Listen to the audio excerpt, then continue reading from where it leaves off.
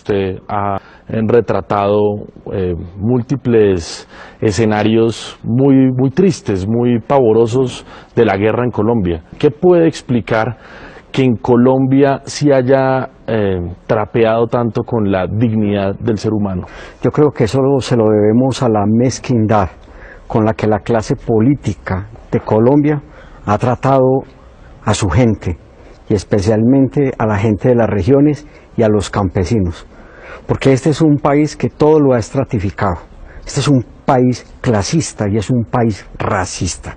Se nos olvida que esos que están allá en las montañas y en las veredas son los que producen el alimento, son los que conservan a veces los bosques, y esos mismos fueron los que pusieron los hijos para todos los ejércitos.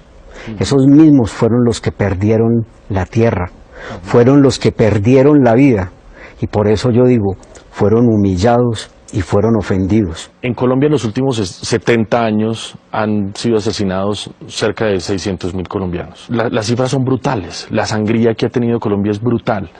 ¿Por qué, a pesar de semejantes ríos de sangre, Colombia ha sido un país más bien anestesiado y no ha sentido los rigores de tanta violencia? Es que los que ponen los muertos, te decía, ahora son las mismas personas. Es que si los hijos de Santos van al ejército, se vuelven portada de revistas, porque son muchachos que lucen muy bien.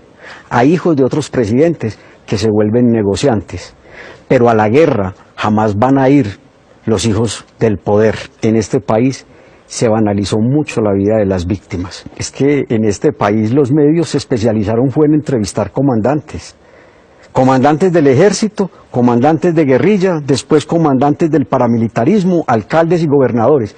Y mientras tanto, la gente huyendo a través de las montañas, atravesando ríos, las víctimas sí, desoídas. Las víctimas, atravesando ríos, cargando en sus brazos no solamente sus hijos, sino a veces un mico, un cerdo, una gallina. La guerra no tiene rostro de mujer, la guerra no tiene el rostro de esos niños y niñas que huyeron, de esos que resistieron, y es a esos a los que yo aprendí a enfocar, a ver con mi ojo, a ver con mi corazón.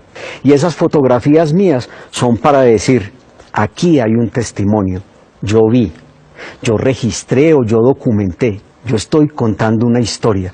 Después no digan que no supieron. ¿Cómo hacemos para reconciliarnos en un país tan, primero lacerado por múltiples actores, pero además por una dirigencia política que se ha acostumbrado a atizar esos odios? Este es un país mayoritariamente católico. Soldados, policías, guerrilleros, paramilitares y los muchachos de las bandas, todos utilizan símbolos religiosos.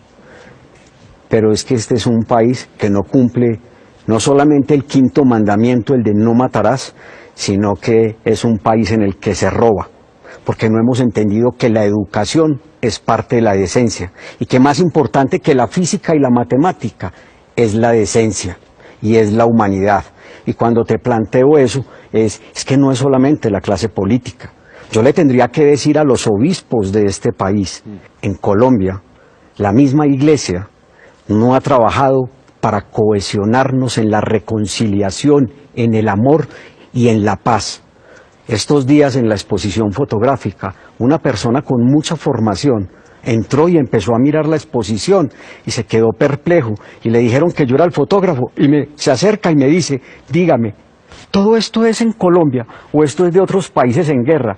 Y le dije, no, esto es solamente de Colombia, y es lo que yo apenas he visto. ¿Qué tiene que pasar en Colombia con las élites, con el poder, con los que toman las decisiones para que este país entienda no solo las cicatrices de la guerra para que no las volvamos a repetir, sino que salgamos de estos remolinos de violencia?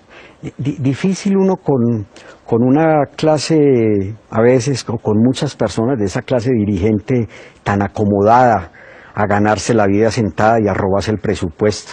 A los que no hay que meter a la cárcel, yo los colocaría a prestar un año de servicio social en las comunidades más apartadas de Colombia, a que vayan a sembrar la tierra y entiendan lo que es producir plátano, maíz o yuca en regiones apartadas, a que entiendan lo que es tener un hijo enfermo y no tener un lugar de salud donde los puedan atender. De una forma digna. Sí, de una forma digna, exactamente.